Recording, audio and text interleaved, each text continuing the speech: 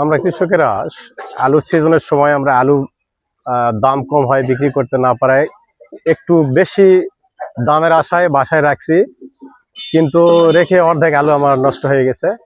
এখন বর্তমান 600 টাকা মন বিক্রি করতেছি, কিন্তু তারপরে আমাদের খরচ উঠতেছে না।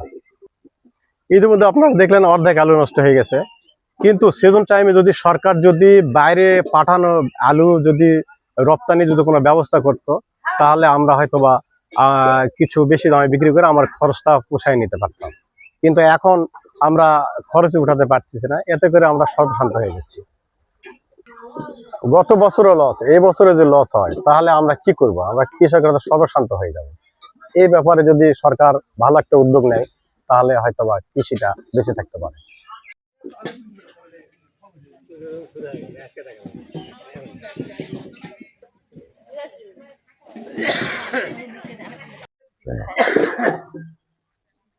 আমাদের জয়পুরহাট জেলাতে যেগুলান আমরা ফসল করেছি, খেতলাল থানা বরতারা ইউনিয়নে আলুর ফসল আমরা যেটা চাষাবাদ করি, সম্পূর্ণ আলুর ফসল আমরা বাড়িতে এনে রাখি কিছু পয়সা পাওয়ার জন্য।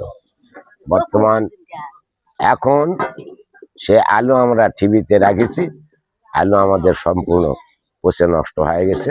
এখন আর কোনো প্রতিকার যদি আপনাদের কাছে থাকে তাহলে আমরা খুব সুখী হব। কৃষক আলুর ন্যায্য মূল্য না পাওয়ার কারণে আমাদের আজকে এই অবস্থা। আমাদের আলু যদি দেশের বাইরে না যাওয়া পর্যন্ত আমরা আলু ন্যায্য মূল্য পাবো না। সরকার এই বিষয়ে উদ্যোগ না নেয় তাহলে আমরা ক্ষতিগ্রস্ত হয়ে যাব। আমাদের আলু ন্যায্য মূল্য না পাওয়ার কারণে আমাদের আলু সব শেষ হয়ে চলে যাচ্ছে।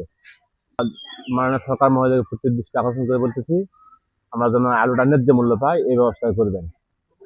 এভাবে যদি চলতে থাকে তাহলে আমরা ফসল আবাদ করা আমাদের পক্ষে সম্ভব হবে না।